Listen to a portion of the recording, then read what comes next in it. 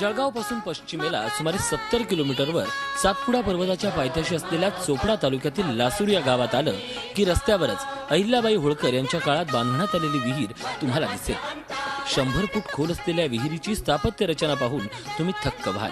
विटा आणि चुना यांचा वापर करून बांधलेली ही विहीर स्थापत्यशास्त्राचा उत्कृष्ट नमुनाच म्हणावा लागेल. या विहिरीतील दगडाच्या 23 पायऱ्या तुम्ही खाली उतरला की उजव्या म्हणजेच गणपतीच्या समोरच खोल विहीर आहे. या विहिरीतील पाणी गावातील जहांगीर वतनदार वाड्यात तसंच तलावात जात होतं अशी आख्यायिका सांगितली जाते. अहिल्यादेवी विहिरीच्या कडेला असलेले स्तंभ, स्वयंभू गणेश या सगळ्या ऐतिहासिक खुणा लासूर गावाला मोठा इतिहास असल्याचं नमूद करतात. ही वास्तू सुमारे 700 वर्षापूर्वींची असून एवढा मोठा ऐतिहासिक वारसा असताना त्यावर सखोल संशोधन झालं नसल्यामुळे गावकऱ्यांना याबाबत तोकडीच माहिती आहे. या गणपती स्थानाला विहिरीतला गणपती तसंच या विहिरीला साखर बावली असंही संबोधलं जातं.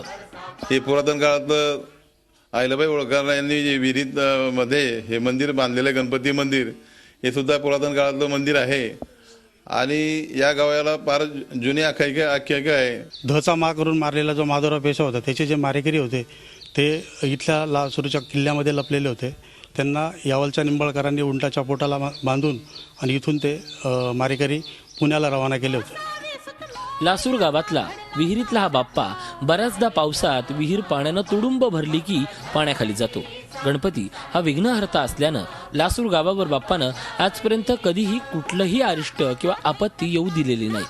अनेक लोक या गणपतीच्या दर्शनाला येतात. लासूरच्या विहिरीत आसनस्थ झालेला श्री गणेश, गावापुढे काही अंतरावरच कमळजा देवीचं मंदिर तसंच स्वयंभू श्री नाटेश्वर हे पुरातन मंदिर आहे. या सगळ्याचा विकास होण्याची गरज आता निर्माण झाली आहे. या मंदिरामध्ये उतरताना 23 ते 24 पायऱ्या उतरून खाली मंदिराचं दर्शन घ्यावं लागतं.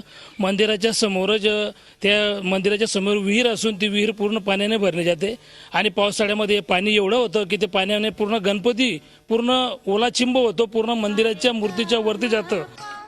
विशेष म्हणजे महाराष्ट्र आणि मध्य प्रदेश या दोन राज्यांना जोडणारा प्रमुख राज्यमार्ग 1 हा लासूर गावावरून जातो.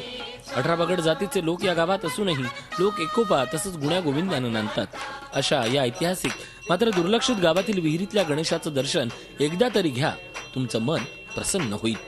विकास बदाणे, झी मीडिया, जळगाव.